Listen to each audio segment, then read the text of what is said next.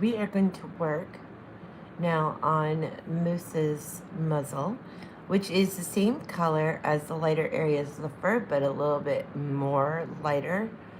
So what I'm going to do, which may seem counterintuitive at first, is lay down a layer of ivory and then do the burnt sienna like we did before, and then the ivory again. So that way, as we're laying down, it automatically is going to be lighter. Okay. So my cat, while he's having a nap, decided to have fun and move some of the pencils around. So, okay, so when you're doing the hairs by the nose, you need to be incredibly careful to do tiny little marks. And yes, this is going to get covered up, but you are laying color down into the different layers of the paper, and it will make a difference. You will see it if you start going in the wrong direction entirely. And we are just going slowly, extremely short, since the hair on the nose is extremely short. Now, if you were doing a portrait of a dog who is longer haired, then yes, by all means, do that then. But with Mr. Moose and many dogs, you will notice their hair is extremely short here.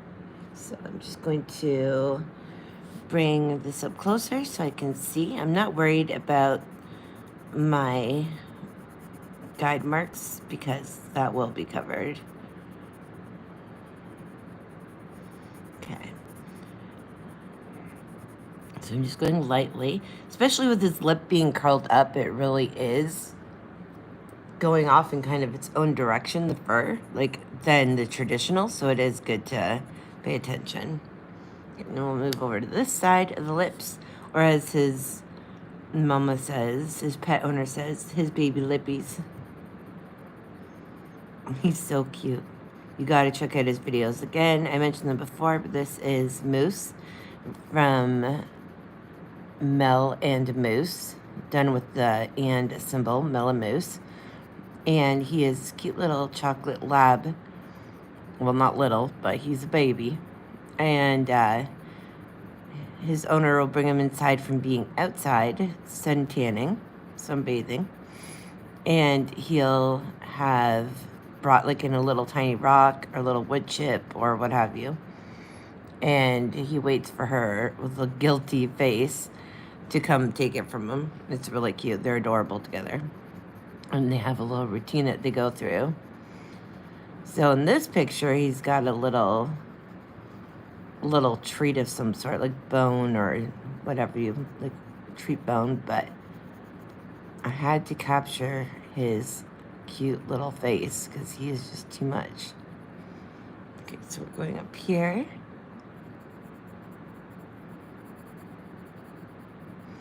Okay. And then we're going to bring in the burnt sienna.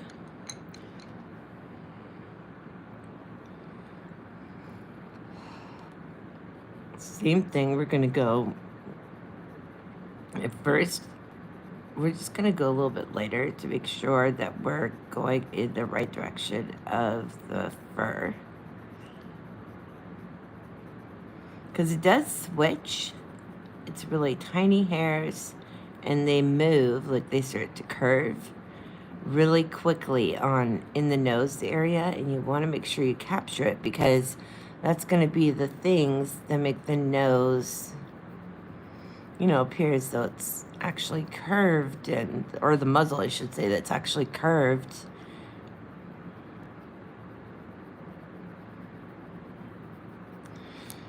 And if I'm talking loud, it is because I'm listening to something on my headset while I'm doing this. Okay.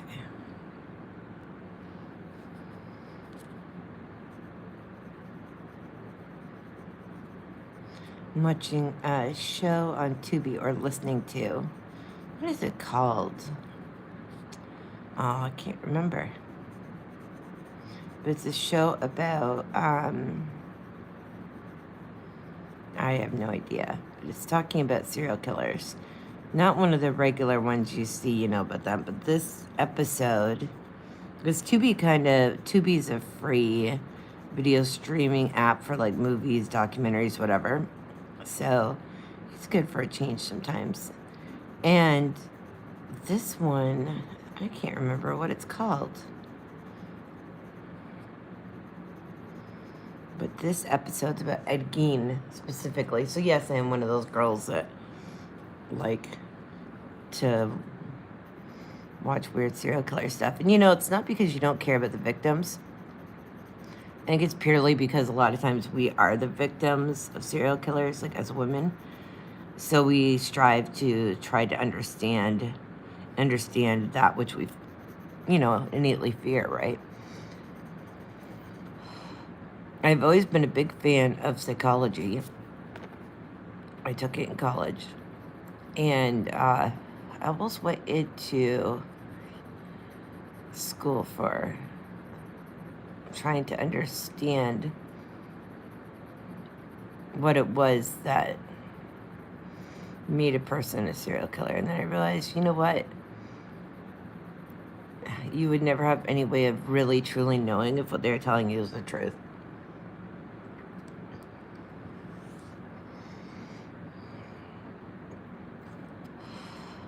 But I always like understanding how the mind, the brain, the different processes throughout the body affect each other. Kind of like the gut being the second brain and how it can affect your mood, etc. I love medical stuff, so I just find all of it very fascinating to understand how the body works and how it makes a person who they are. Same with sociology, you know, where a person is from, how they're raised, etc., etc. So I'm just moving back over to Moose's curled baby lippies on the side. And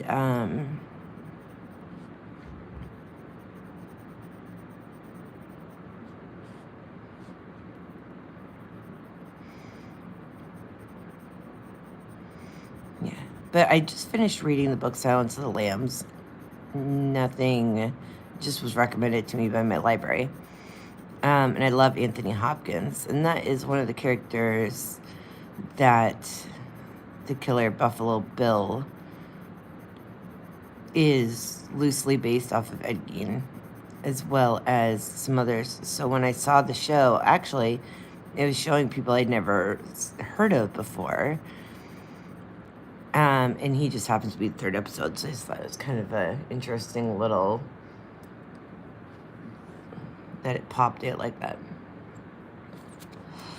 And I figured I may as well watch it and see what it's about. Well, I know what it's about, but you know what I mean.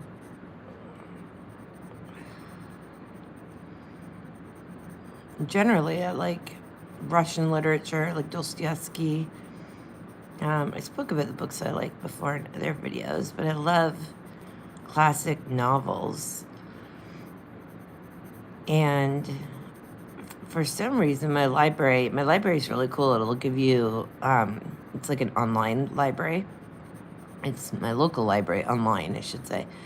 And I get ebooks on there. And it gives great recommendations. I've had some amazing recommendations from it. So it had recommended, weirdly, Silence of the Lambs, which I had, of course, seen the movie. Everybody has. Most people have, I should say, not everybody. And I went and thought, oh, I'm going to get it because it seemed pretty short. It was really freaking well done. Like, it makes you respect the movie more because you realize they captured the movie to a T. Or it captured the book, sorry, in the movie to a T. Like, amazingly well. So, Mr. Moosey has some reds in around his little baby lippies. here, around his mouth here, which we will get to. We can bring that in a little bit later on. Right now we're just building up and filling the tooth with the burnt sienna, making sure, yes, I'm drilling this home to you, to go in the direction of the hair in short, tiny, tiny little pencil strokes. Not super hard pressure. Very, very, it's not like super light pressure, but I'm still going, I'm not even at a medium pressure yet. I'm just sort of making sure that I'm focusing more on going in the right direction and just filling the space each time I go over it.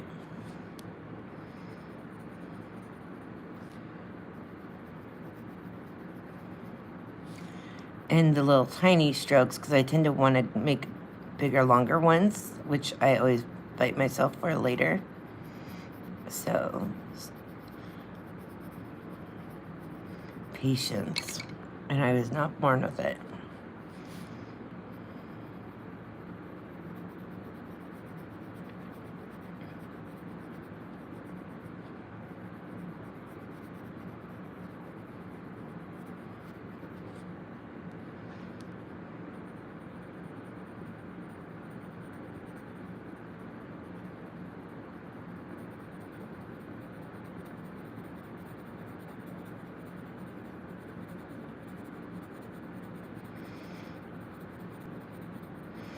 So we're just lightly covering the area.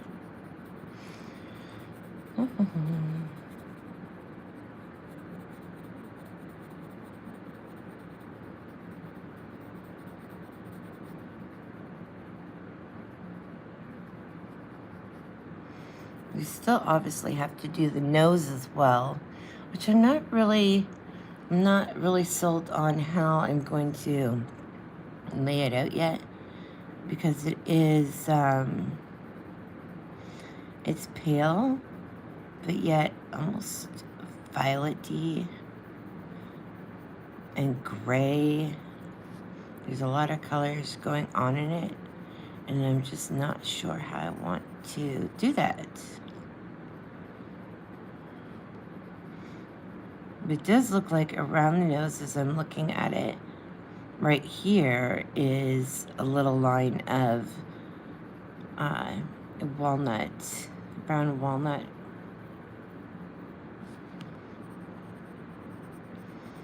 Okay. So now I'm going to start at this lip. I'm going to press a little bit harder and stay in the area until I'm happy with where it's at in terms of being filled, like filling up the tooth.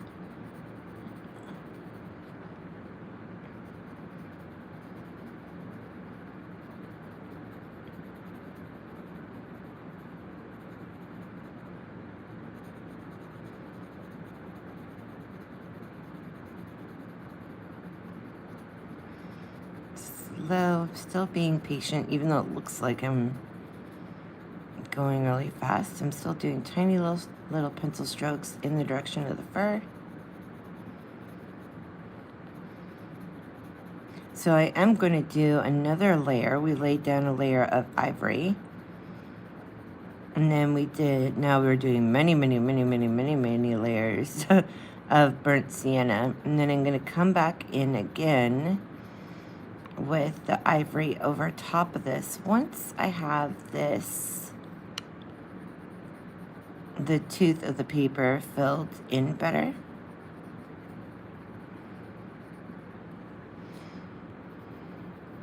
Still just trying to make sure that more than anything I'm going in the right direction.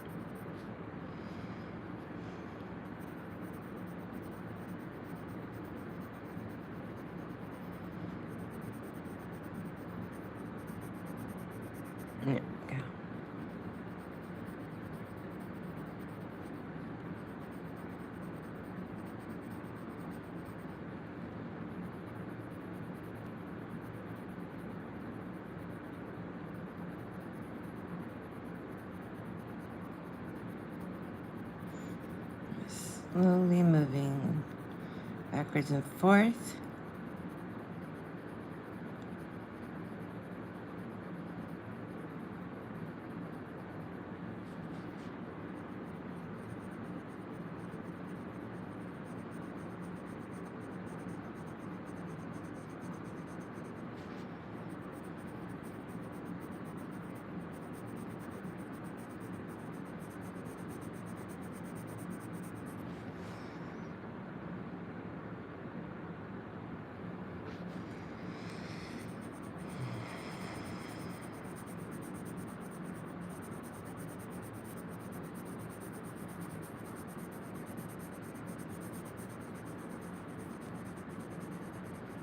Okay. Almost done with the burnt sienna. Okay,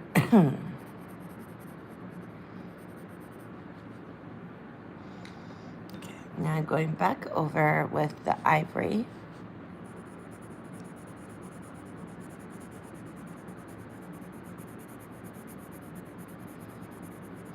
And again, doesn't matter how light it appears to not be doing anything, it is blending in the furs. So we are going nice, a little bit, like a little bit more. We're not, we're not doing medium pressure again, but we are going heavier than a light pressure too. And I'm making sure that it's going in the direction of the fur with those tiny little strokes still, because regardless of how much it doesn't seem to make a difference, it really does. Even with the lighter colors over top that appear just to be blending, because we are using this as a layer.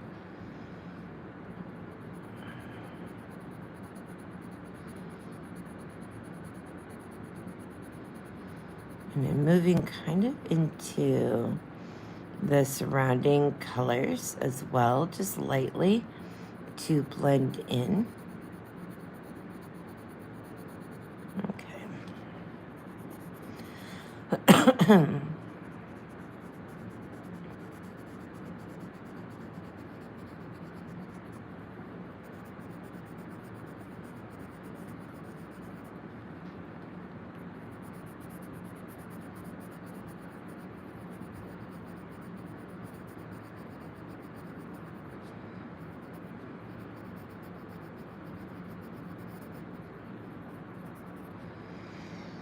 Okay.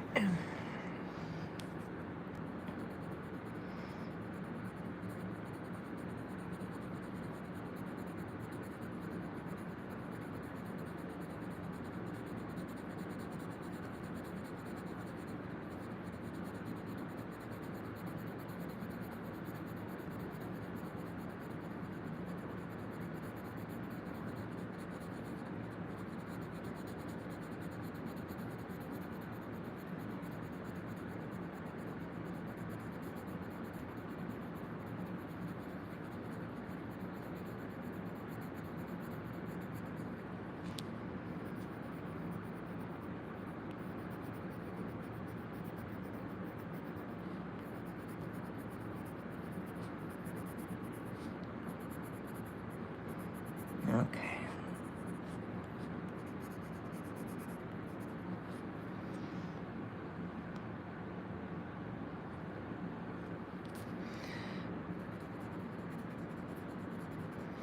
So now we're going to work on this little pinky area of him. And I've chosen a coral, which I still don't know if I like. There are going to be darker browns, walnut browns in his mouth. But we're going to start right around the lips here. And just see. I'm doing about a medium pressure.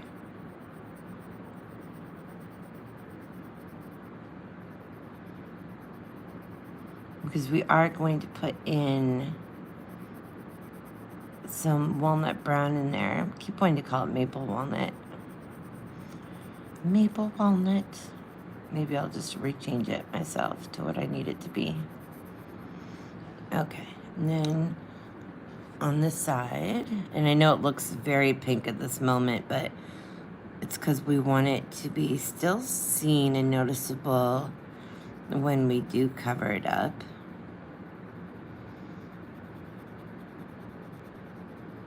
Okay.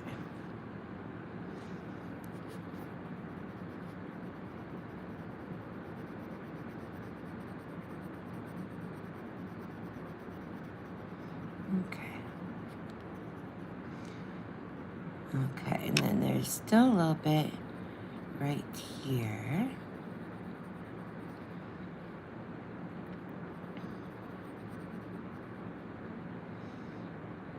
Okay.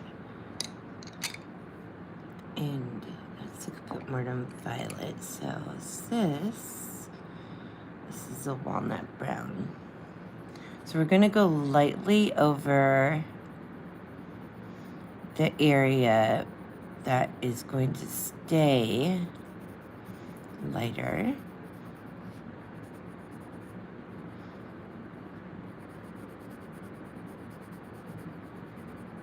Okay.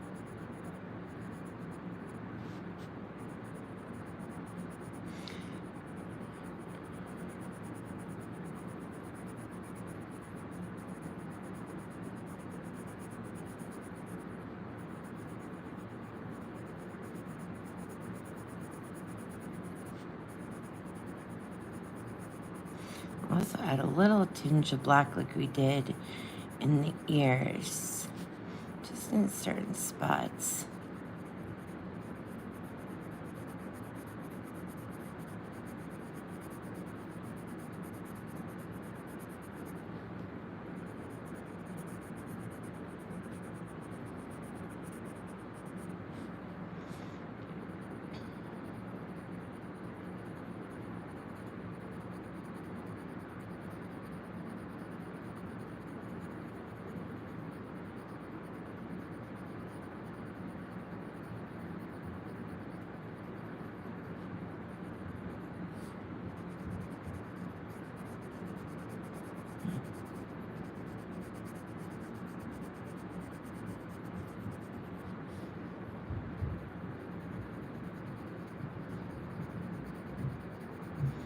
Here are my neighbors upstairs.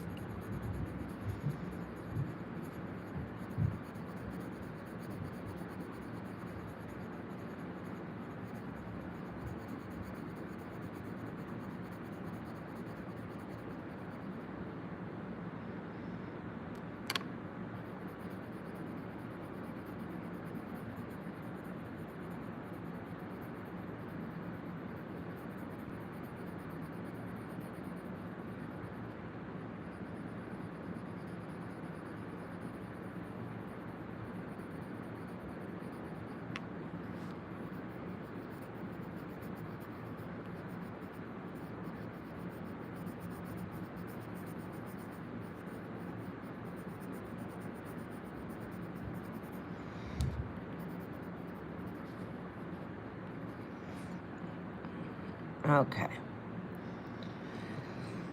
I'm just gonna grab my other pencil that's longer. Blending.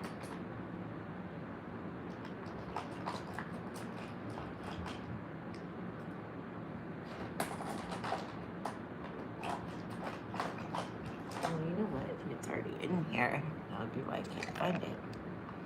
Yep.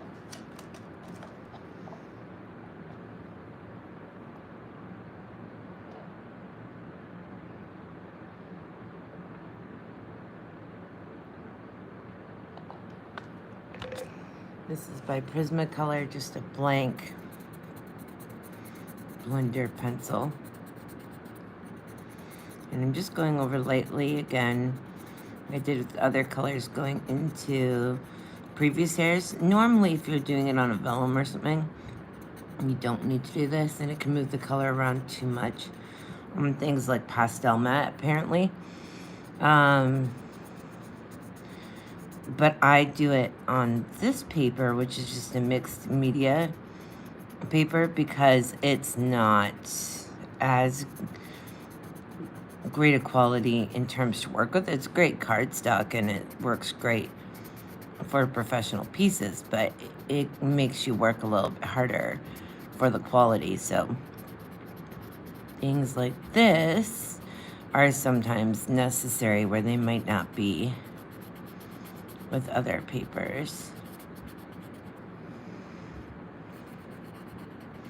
Again, doing the same thing as I did at this whole time, going in the direction of the fur.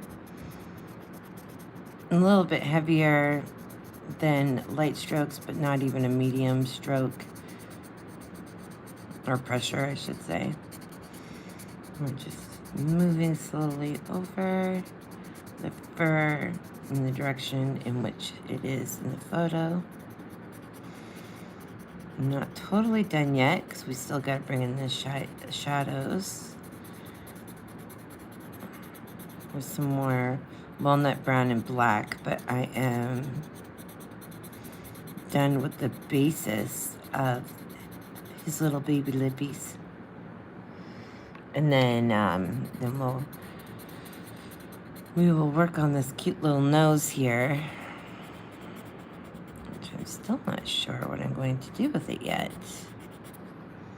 It's like you get looking at stuff like this and you see 50 million colors in it.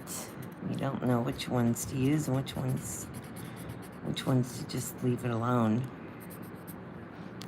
It's gonna blend it a little bit better up here.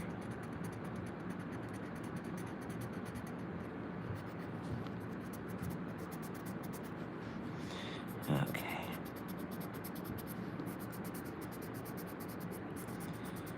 So I'm just going along the edges of the two different fur colors to blend them in. Okay, so now we're gonna come in one more time with the walnut brown, just to give it extra richness in certain areas. So right here, there's a light shading of Mr. Moose's fur, and right here along the nose. So we're just gonna plop that in. And then again, right about here. And it may not seem important, and you don't have to do anything you don't want to, but putting in these, like I said, putting in these little nuances really does make the face pop. And the shadowing is what's going to make the animal pop off the page and look like, you know, where his muzzle and nose area is rounded, all that jazz. So it may feel subtle in the moment. When you look back, when you step back from it as a finished piece, you'll realize why you did it. It will take your drawings to a whole other level. Okay, so we're just gonna stop right there by his nostril. So it's just a light line, and then it starts again.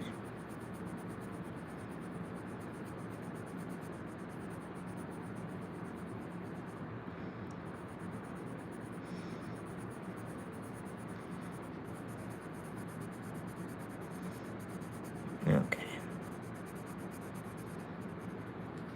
And then right here,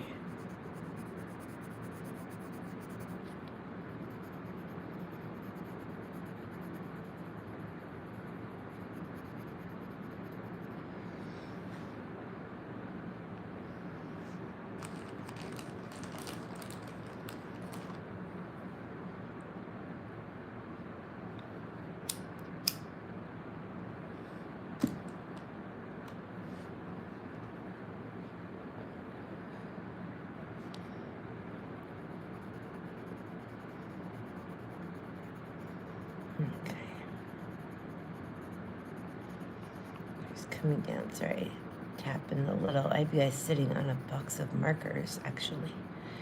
So if I tap it with my pencil, it easily kind of shimmies you guys around a little bit by accident.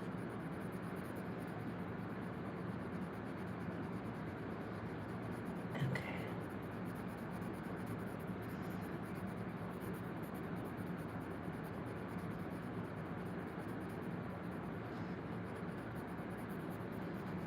This episode that's starting right now is on Ted Bundy, which, you know, everyone knows who that is for the most part.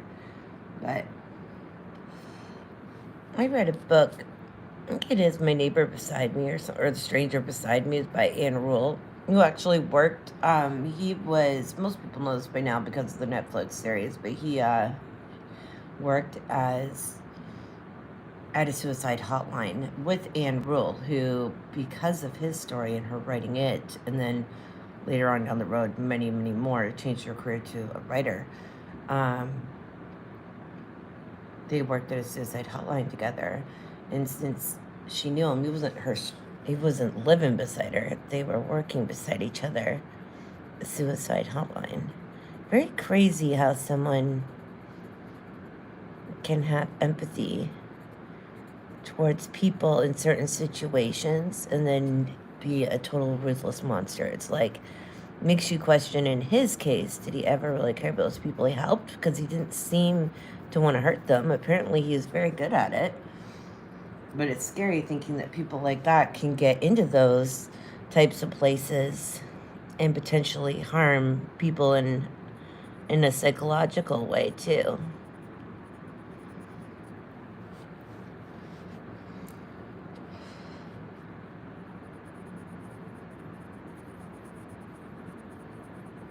So I'm just using the walnut brown around his nose. Still gonna come in with a hint of black, just sort of sweeping over those dark areas.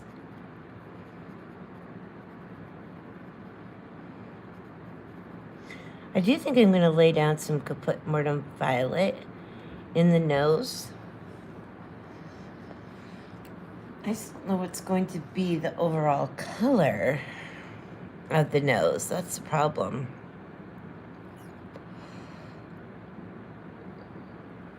So in these areas, I'm just lightly sweeping over the areas I shaded with the black. So you can't tell that it's black, but we're just reinforcing the deeper brown with the black. Okay. And we're bringing this shadow down.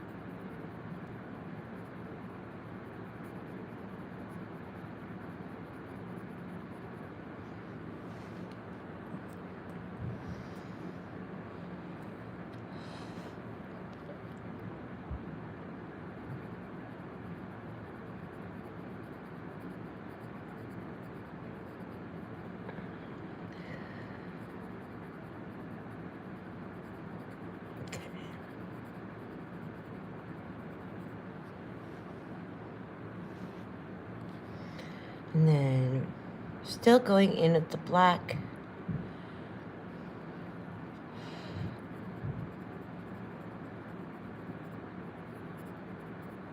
There's a little darker of a line here, so I'm just pressing a little bit deeper to create that line, but still going back and forth with tiny little pencil strokes in the direction of the fur.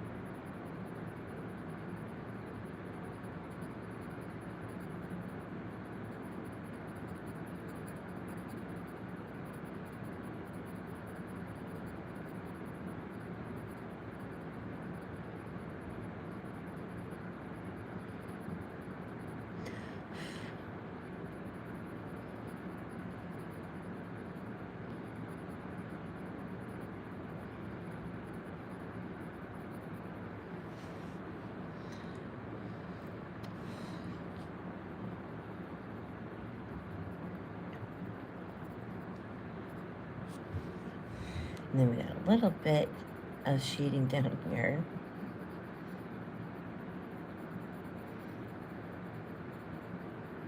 It comes down just to the beginning there. Okay, and then there is some dark right here.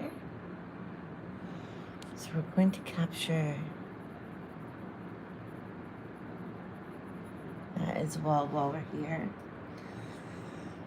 I'm going to lay a straight black.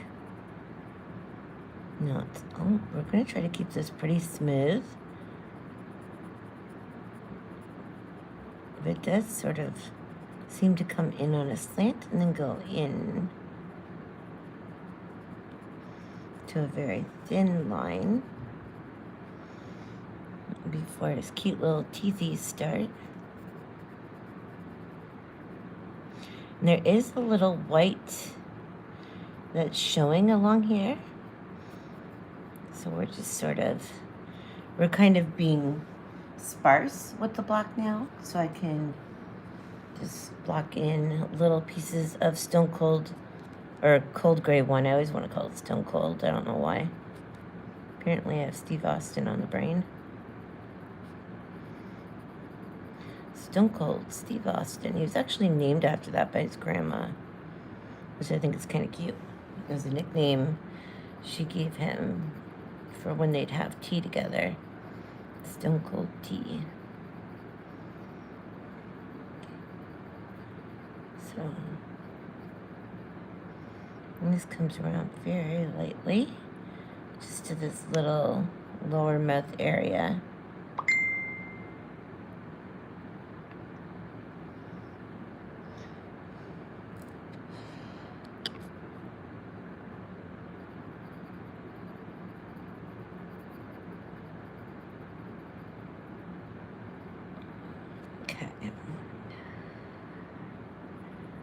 And then we do have the brown here, but I'm going to lay the black down first on this area of his bottom lip.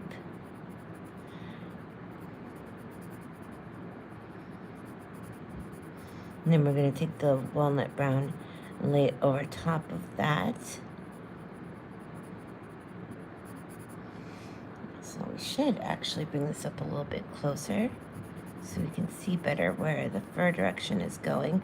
Because mouse are really confusing, and he is no exception when he is literally has something in his mouth. So we are just slowly making our way like this.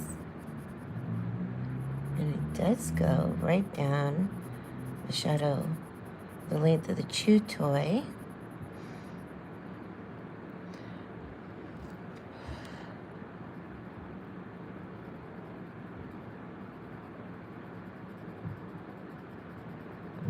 Okay.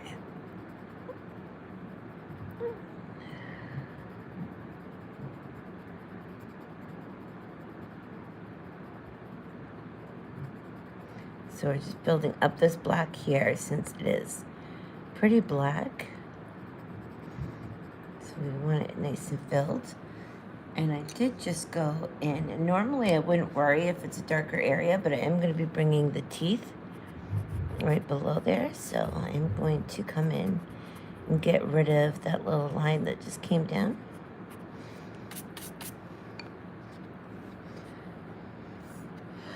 So it may look like I'm being overly picky, but that's because this area is actually very dark. So now I'm coming in with a little bit more of a medium pressure, maybe a little bit lighter. And there is a line right here that I'm going to just faintly bring in from the nose, and it comes down the side a little bit where his lips are raised there with his trait.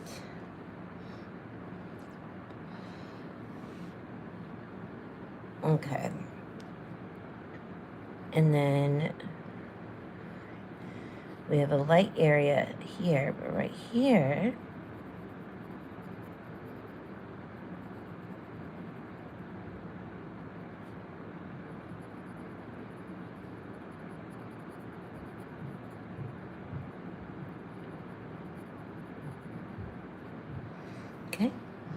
And then under his chin, this will be his mouth area, his chin, and then right under here, just going to make this more. It's not the best tablet. It's very, very, very, very old. So it's not going to, doesn't help me for not seeing things clearly. Weirdly enough, my phone, even though it's like a third of the size, if not even smaller, because it's newer and has a crisper image, it's easier to see the little details. Plus, I'm not blowing up the photo to the point where it's like I do on this one, where it might become a little bit fuzzy.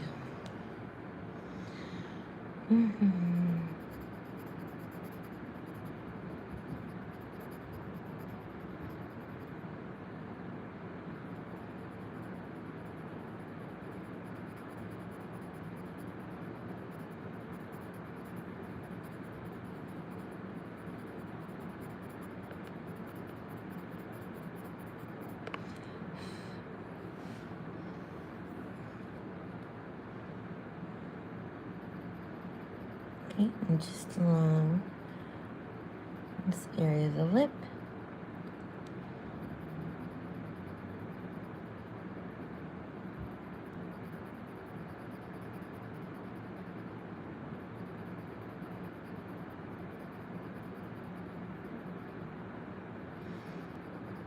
This I'm going to do a little bit lighter because it looks almost more gray.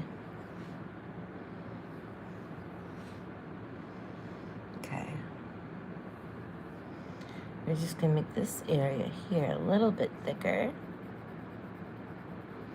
And again, I'm not worried too much of it being super close to the upper lip line because there is some white in there that I would like to have seen. So I'm just deepening the black here a little bit. I am still planning on coming over it with the walnut brown. Okay.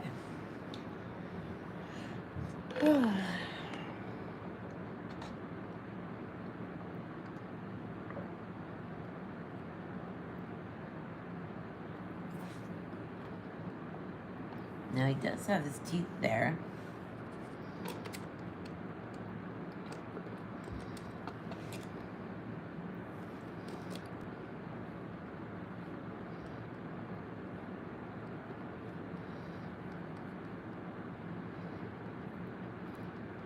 So I'm just lightly coming in and putting in his little teeth.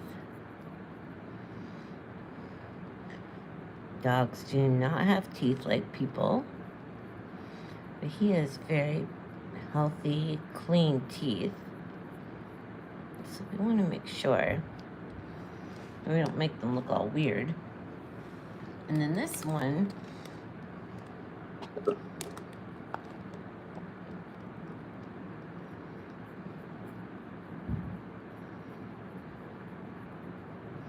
this one almost changes into like a pinky color. We're still going to capture that regardless.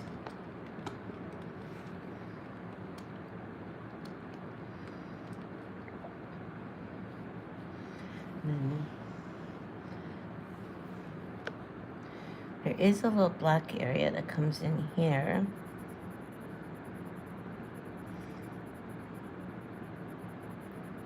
So I'm just doing small counterclockwise movements to deepen in this black area. Just a little spot there. And then after that, he does have a little line that goes like this. And he does have some little wispy white hairs.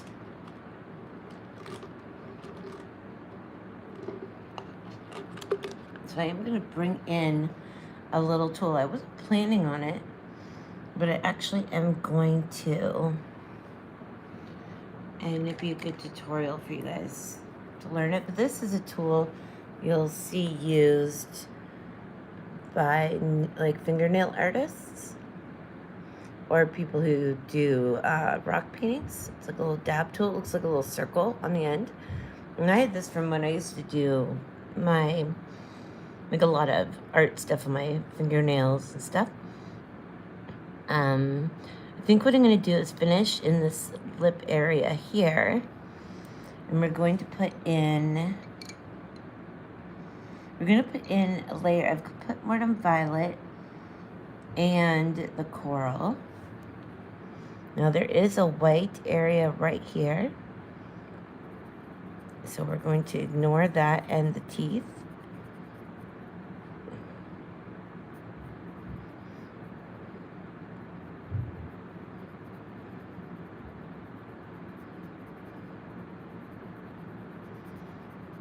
Okay. And then we do have white as well, because mouse do have catch lights or reflections, and that's what makes them stand out, just like the eyes, is by making sure that you capture those. But they'll have little lines.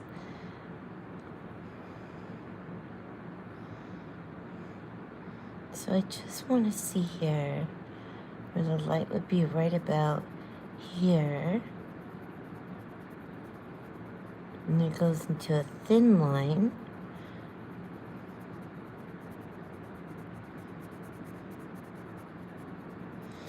Again, small circular pencil strokes. And then we're just going to bring this one in here. Like that. I'm just going to deepen this a little bit.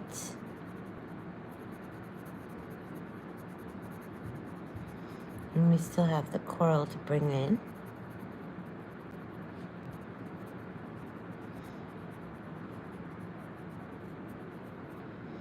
Okay. And it comes down just a little bit further. This is so freaking cute. And it comes down like this.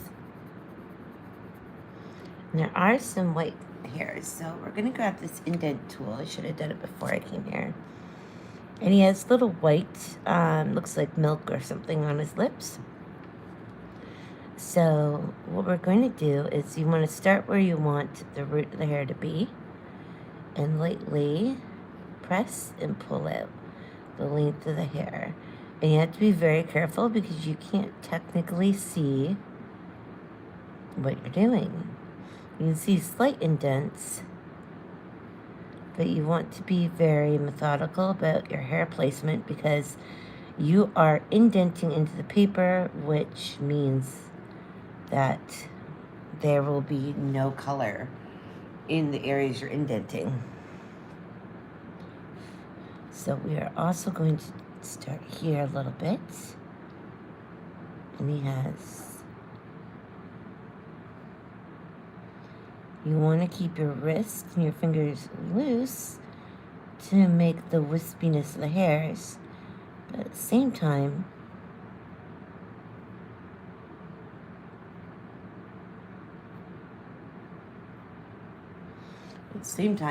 you want to be very careful that you're not just doing it all over the place. Okay. So we're just going to fill this area back in. And you'll see there, see if you can see that on the camera, you'll see as we move along here how there will be the hairs brought in that will now no longer be covered. Okay. And so we're going to bring in some coral for the lighter areas, which is mostly right around here, right close to the catch light. And then just down here.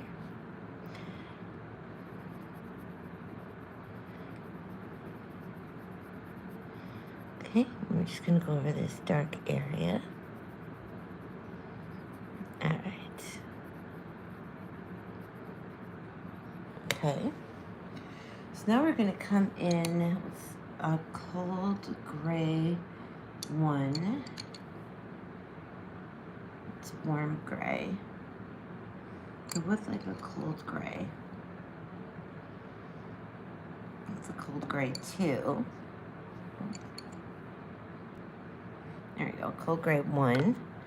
And we're going to lightly, and I mean just barely, dust over the teeth. And in these little reflections of the lips. And then just a little bit along the lip line in those areas. Okay. So, what I'd like to do with this one, sort of drag some of the Caput Mortem Violet in there very faintly. So I'm just dragging it from the color in here, just because it is quite red in the photograph, but it may not capture properly. And then this tooth, because it is closer inside the mouth, we're just going to darken it slightly with a little bit more pressure.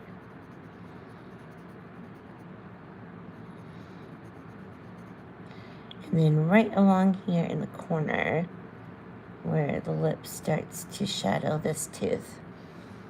Just like that. And then around here, we're going to have the same thing happen. We do have the little indents, but I would like to create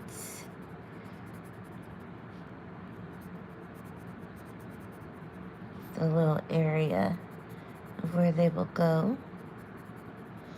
It's almost like a white gray, and then it goes right into, back into the brown. Okay, so we're gonna come back in with the maple walnut, the walnut brown. Wow, Ashley. There it is, walnut brown.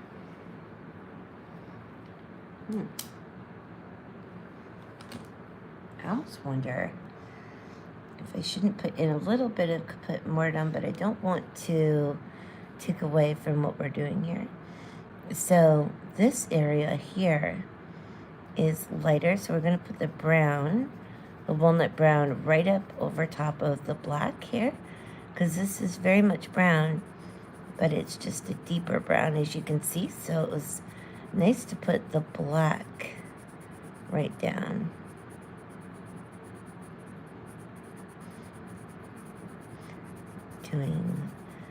Doing kind of a light to medium pressure here with the walnut brown in the direction of the fur. This is the bottom of the lip where the fur starts. You're going to start seeing those little hairlines we created with the indent tool.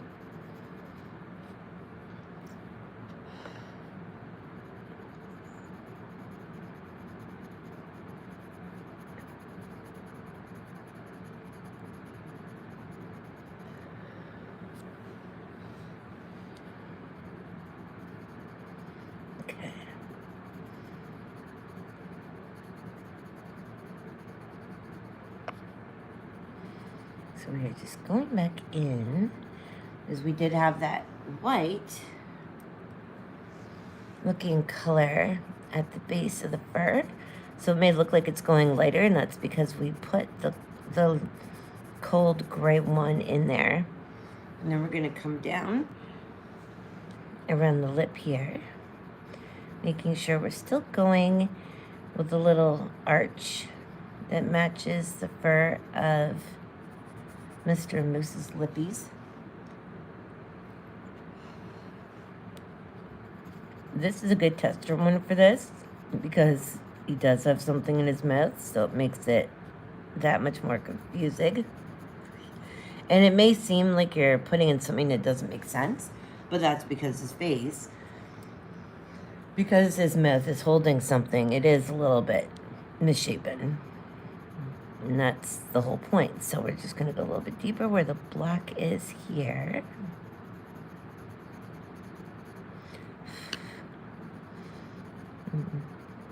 Pressing a little bit firmer pressure here.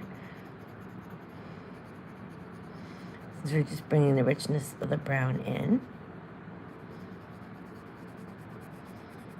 Okay. I'm trying to bring that color in.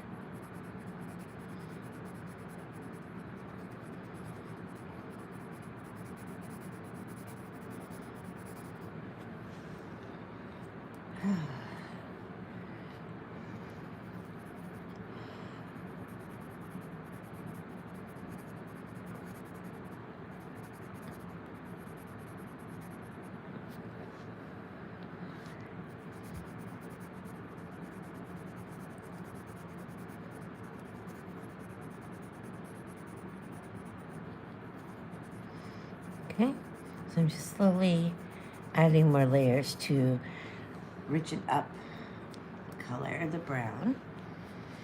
And then we will work on his little lippies. I mean on his nose, since his lippies will be technically done. She always calls them his little baby lippies. Okay.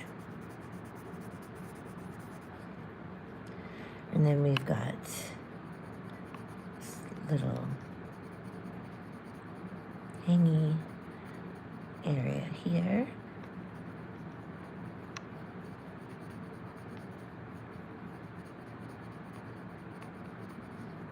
About here.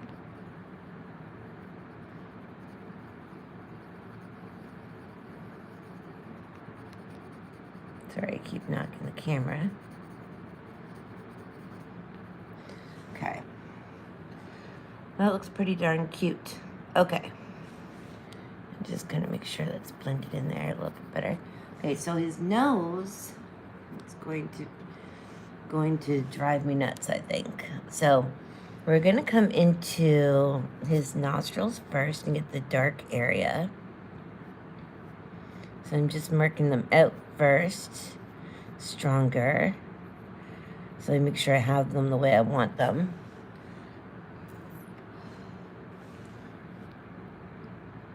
And then here, and again, it's another area people take for granted as being just pretty solid outside of the nostrils and being a bit darker, and that's just not the case. So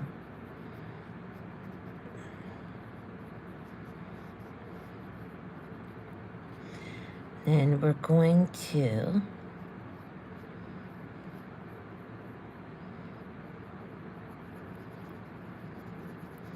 bring it in like this.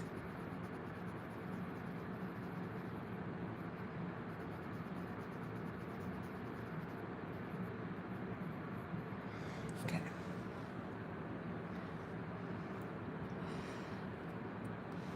Again, we're still using the walnut brown.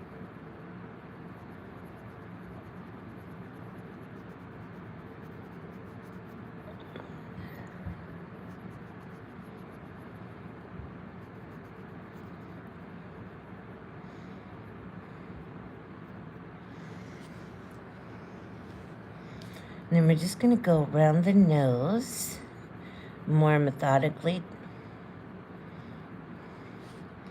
and create little brown strokes that are pretty hard pressure. Little, very tiny ones that are going to be more, try to keep them as neat as possible, which is not happening. We're just going around the nose.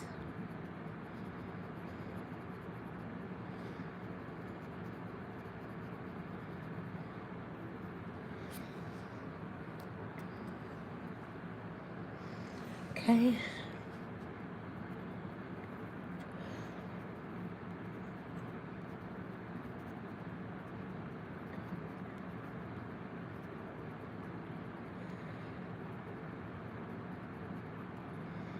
Okay. And then we're just going to do a line. Comes right about here. I'm making it pretty hard, but medium pressure, just so we have it laid down. And then I'm not going all the way around the bottom of the nose, just here, where there's a little bit of more of a shadow. So I think what I'm going to do is lay down a cold gray.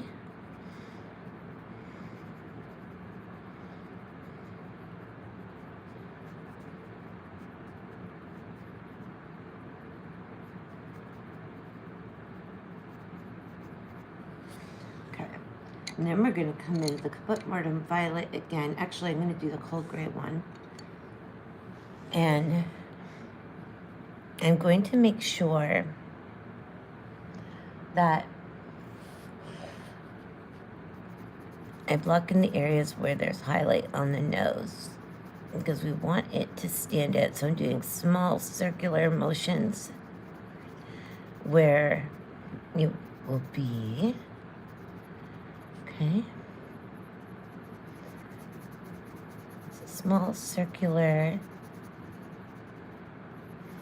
pencil strokes, and then a little line right here. And those little lines, you don't have to do them, but it does make all the difference. So it is important that you catch them, even if it doesn't seem like you need to. And then it's lighter up here, and then around here. And we may not be able to see this at the moment, but we will when we start laying the color down. So I'm using a light to medium pressure to put this color in. And then again, right here. Okay.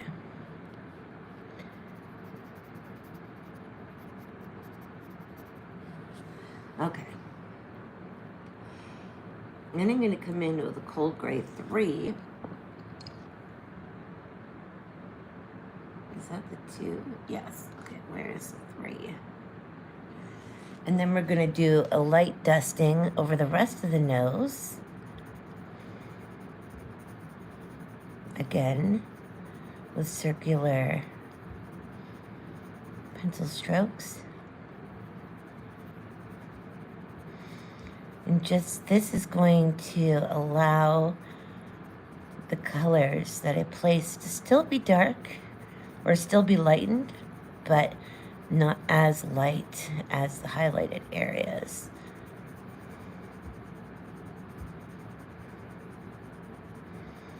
Okay.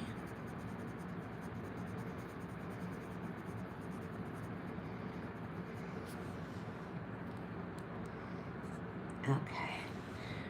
And then around, it comes down here.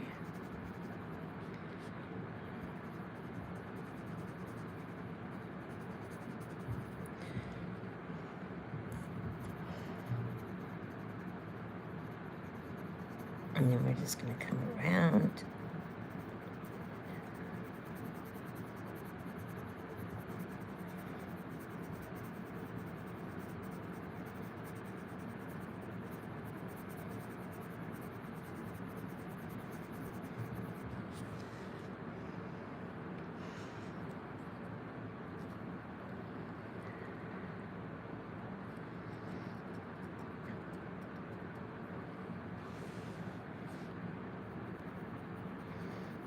Bring it around here and down like this, and then there's a little darker indent right here. Okay. Now we're going to take the Kaput Mortem Violet. Excuse me while I slurp my straw. Actually, I'll mute and be nice.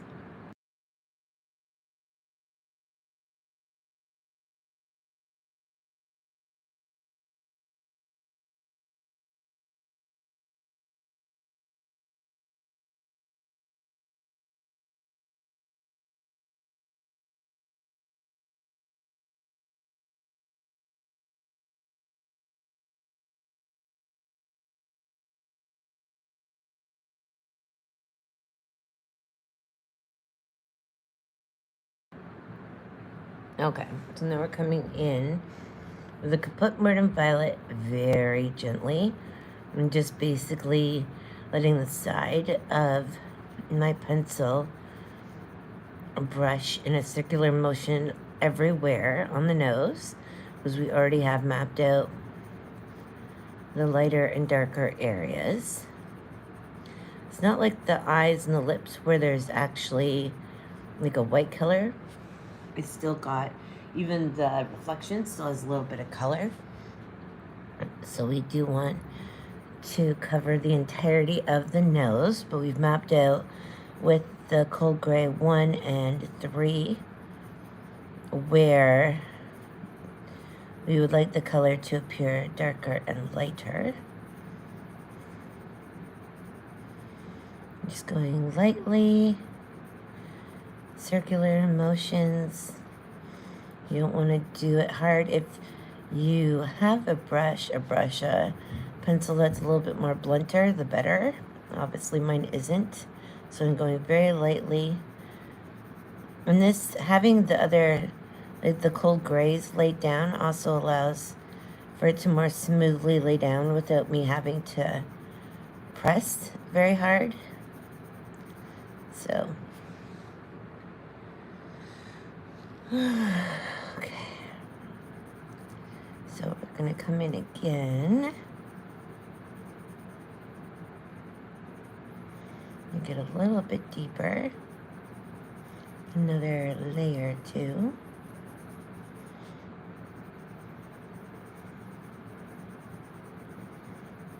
Okay. Just be patient, because I know right now I'm fighting it. Just light circular motions on the gray areas we already mapped in. And that kind of creates that base of like a, almost like a gray red in a sense. So I'm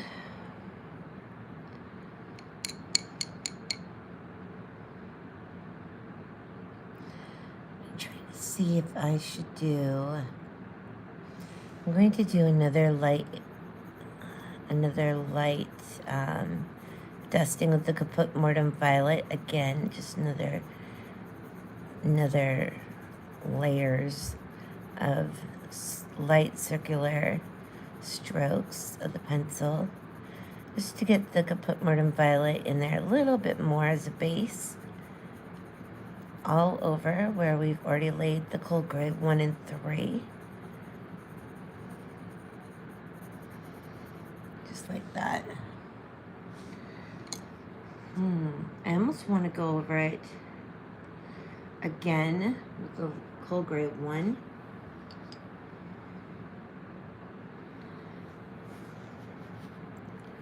Just to blend this in even more smoothly. And since it's the lighter of the 2 grays we used, it won't cover up the light gray we already placed. So I'm just lightly, again, doing circular pencil strokes around the nose everywhere that we've already covered with the grays and the Kaput Mortem Violet now. Just sort of blending those in and giving it more of a gray tint. Okay, now the brown I'm going to lay down. I would like to test a couple browns. This is the Burnt Umber, which is a possibility. It might be a little yellowy, which I don't want. This is the Van Dyke Brown, which does have more of the ashy look, which might be perfect for what I'm looking for. But I also thought that before, and it didn't pan out, so I'll put that one there as a big contender. Then we've got the Nougat color, which is more of a blonder color, so again, yellowish, so I don't think that'll work.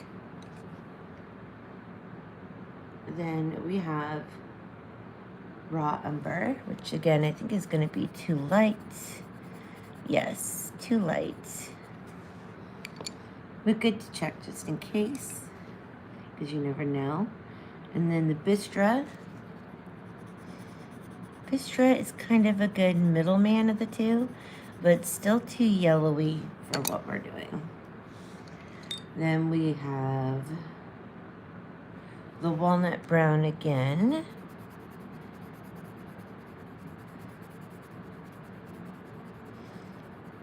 Which is still a big contender there.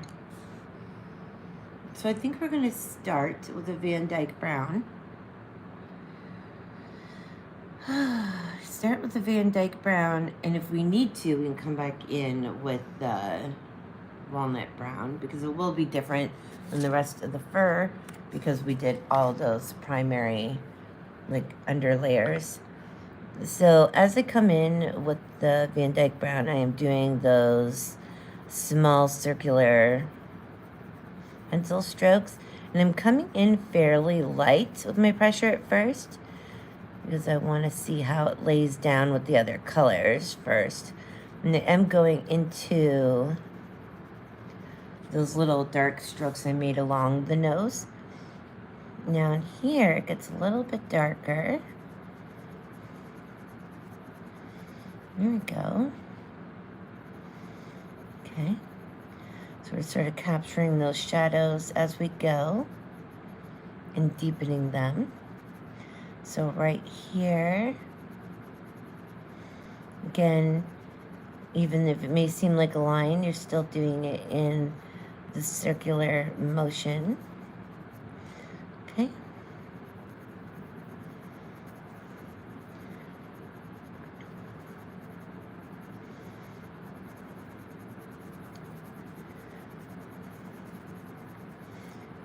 And then we're coming back in here.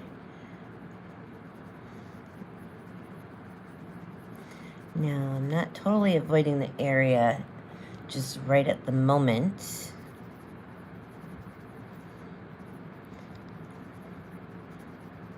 I am actually going to come in, I'm going to stop and get the black and come in and deepen that nostril so we don't mess with it while we're in the middle of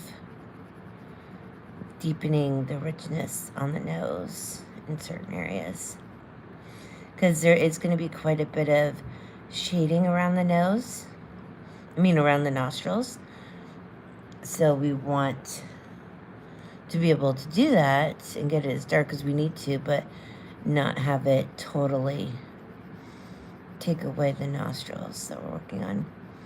Now around the front of the nostril, it's going to get quite pinker.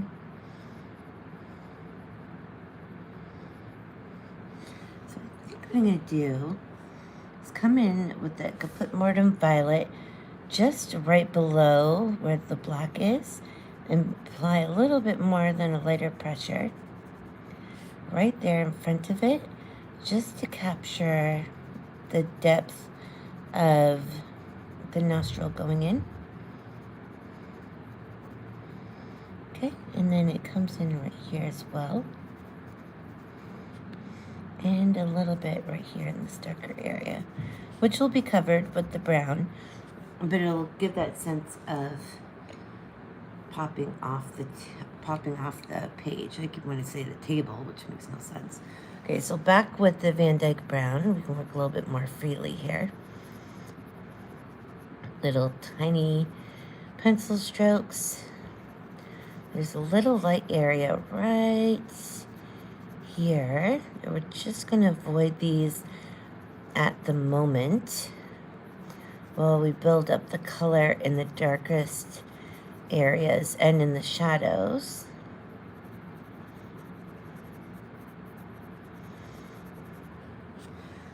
Okay. And then again, this one comes around. There is that little dark line right here.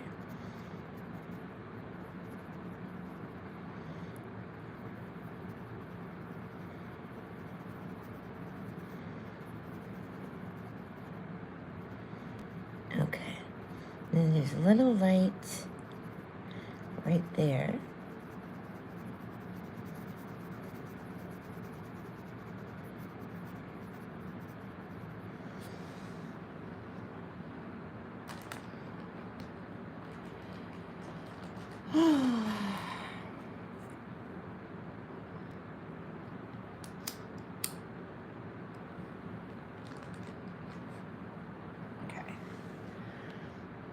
So we're going to come down the front of the nose. And I'm kind of going a little bit lighter than the darkest areas because it does sort of lighten up here. Again, in the circular motions. But it's still relatively dark in spots. So we're going to continue adding more pressure to the areas that we want shadowed.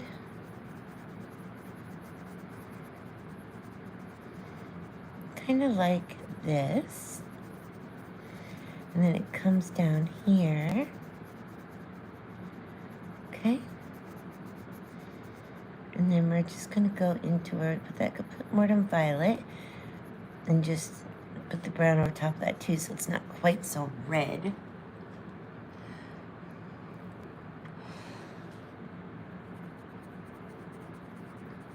And then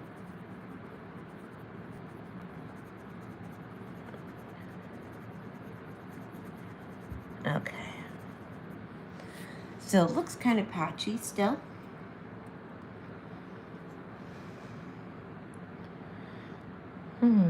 Try to decide.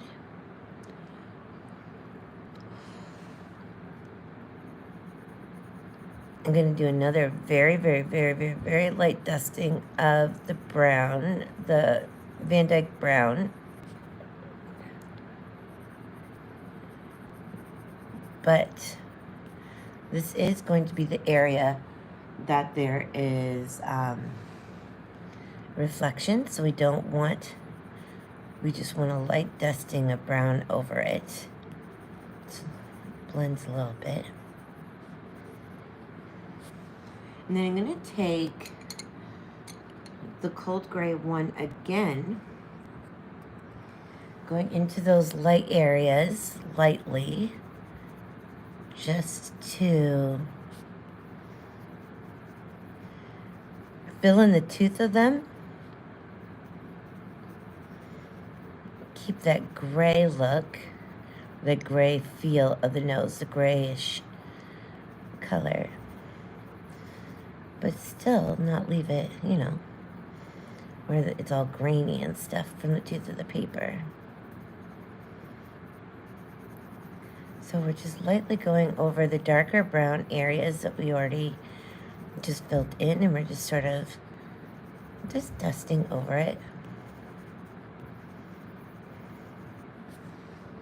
Just like that. And then I'm going to take the walnut brown again and go back around the nose in the areas where it's darker. Right along here. So very, very, very tiny little pencil strokes. Some areas are lighter or thinner than others. So you just want to pay attention to those areas and bring out the areas that are a little bit thicker, like right here. And then right here, they go to little to nothing because of the light that hits there. And then again, it's pretty dark.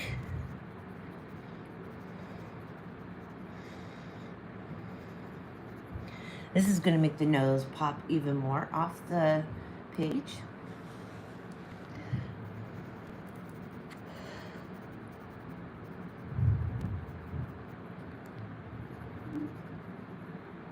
Okay, and then right here, it's a little bit thicker.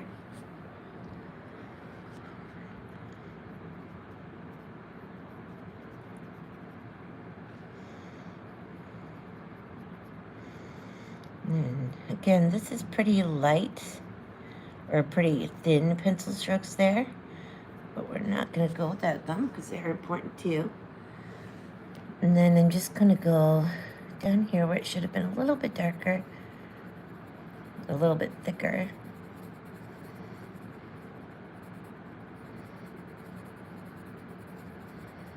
Okay.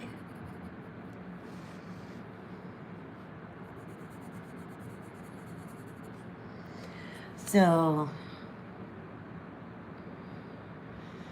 now that we have that done, we're going to focus on his chew toy.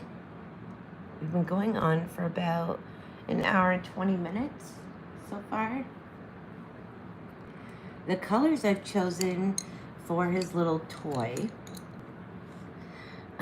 is going to be the earth green yellowish, which I don't know if I'm going to use yet, and the earth green.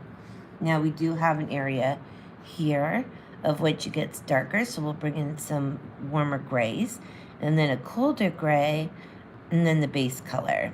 And then over here we're going to put some gray right over top. So what I'm going to do first is erase the lines.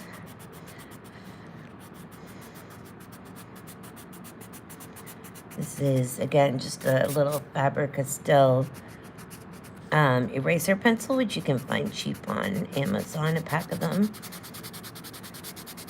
And they're not great for entirely removing the line. You'll still see a hint of it, which is nice when you're working with colors that, don't require it to be gone, and it still allows you to see what you're working with. But not so great when you need it erased entirely, so take it for what it is. It's great for stuff like this, though. Okay, so what I'm going to do is come in with that cold gray one, where we want that light marking of his trait. And we're going to come in just like this and do a light little, along that middle line I created, just do a thin line of it. Medium, like light to medium pressure. Doesn't have to be perfect. Okay, and then we're going to do a darker gray, like quite a bit darker gray. I think that's cold gray 3. Let's see what we got here. Cold gray 5. I'm going to put right on the other side of it, because when we lay the earth green color down, I'm just doing little circular motions in a line right next up against the cold gray 1. This is a cold gray 5.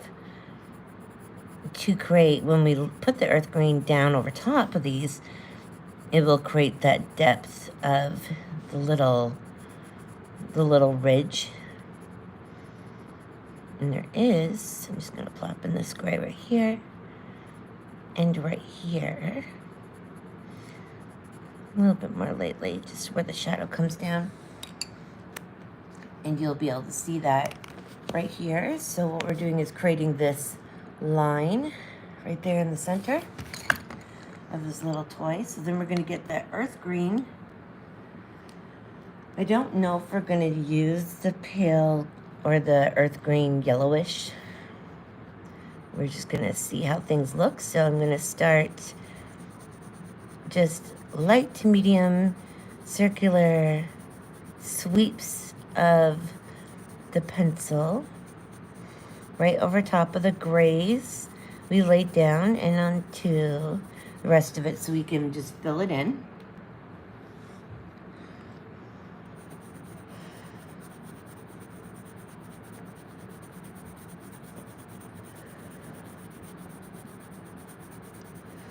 Okay, so far I am liking how this is laying down. I'm going to bring this out a little bit further. Now, of course, this is just us laying it down at first. We still got to go deeper even more and add some shading But I really don't think we need any other colors than the earth green, is it? Earth green 172, and then the cold gray 1 for the highlight area, and the cold gray 5 for the shadow area. So I'm going to leave now, this time around when I go, I'm going to leave the cold gray 1 area alone and just deepen up where it's just the color alone, the earth green alone.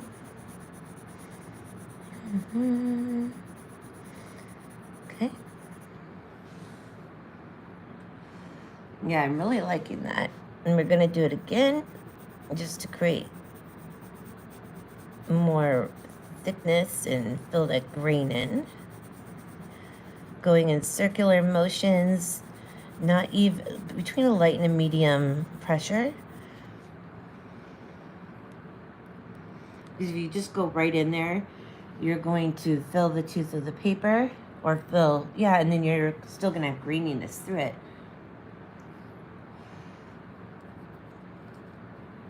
So the layers of circular movements helps fill all those areas up you may miss, as well as sort of smoothing it so it looks natural instead of liney. So even though we are going in the direction of the treat, it's still going to be in circular motions in which we do it. Okay, so now that we've got 2 good layers, well, 2 good over layers of it, we're going to go in again, this time with a medium, a little bit more of a medium pressure.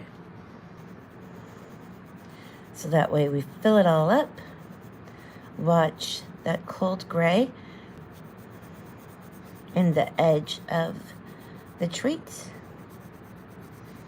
We don't want it to look fuzzy along the edge, so we can even come in with the eraser pencil if you have a Tombow eraser, just like a really tiny one. I just don't have any refills at the moment. You can go in and pick that up.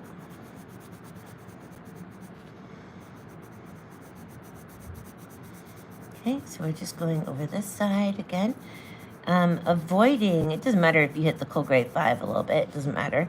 But we're avoiding that cold gray 1 still, just at the moment, because we are pressing harder, and we don't want to put it in too hard there. So now we're going to go over that cold gray 1 area with a light pressure. Again, circular sweeps. And then back down again. And again a 3rd time. Then we're going to come in with the cold gray 5.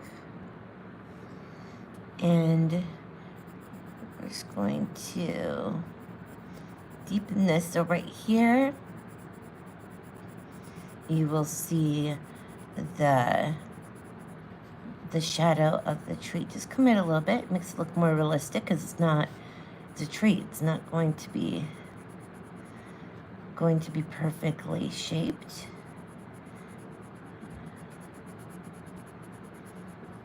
Okay.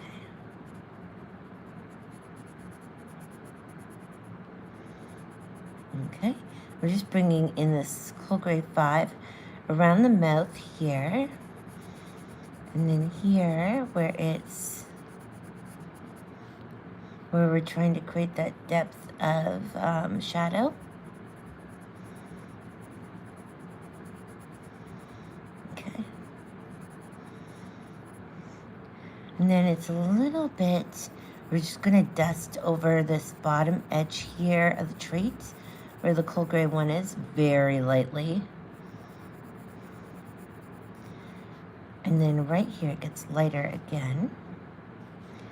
And then right here it gets darker. And then along this edge, we're just going to lightly go over this area here to create shading where we see it on the treat.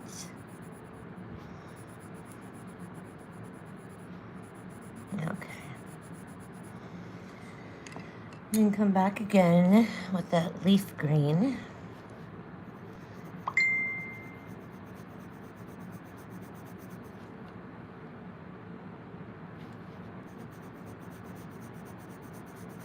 Just to fill it in.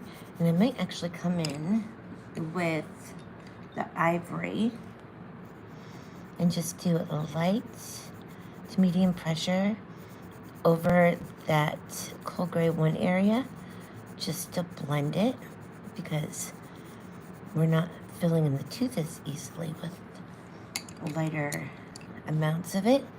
And then again, right over top of where we just laid the ivory, and we've got his little treat in his mouth. So I'm going to take my pencil eraser. I'm going to be noisy for a second while I sharpen it. Okay. And I'm just going to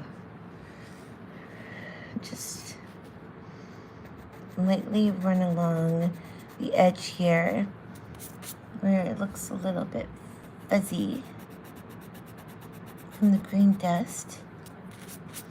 Just brushing it away lightly.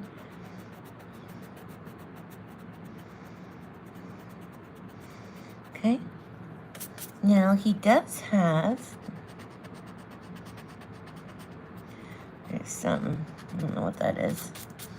There's some little smush of a color there, so I'm just grabbing it on there. So he does have some black whiskers that comes off here, so we're gonna get those. You wanna make sure that your pencil is very sharp because you're gonna use black, and you're going to have quick, swift arch-like movements. So you want to be very careful about where you're going, where you're doing it from. So he actually has it. Okay, there's one. This one goes there.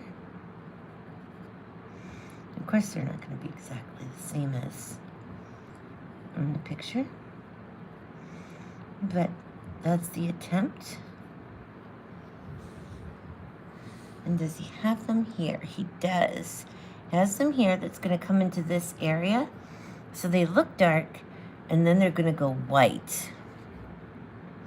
So we're actually going to do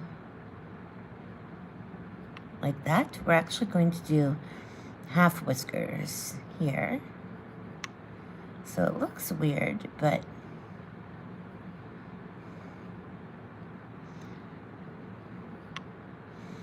the reason why we're doing this is because we need the other half of it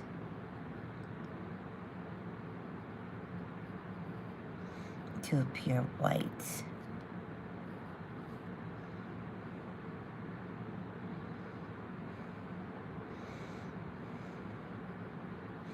Okay, so now we're going to take this indenting tool. You don't have to do this. It is risky because we're not naturally wisping. We're just going to wisp, if you so choose to do this, the end of the whisker. We're just going to follow the line we created with the black of the whisker, and this will create the white there. Okay. And then we will come in and finish the rest of Mr. Moose's body in the next video.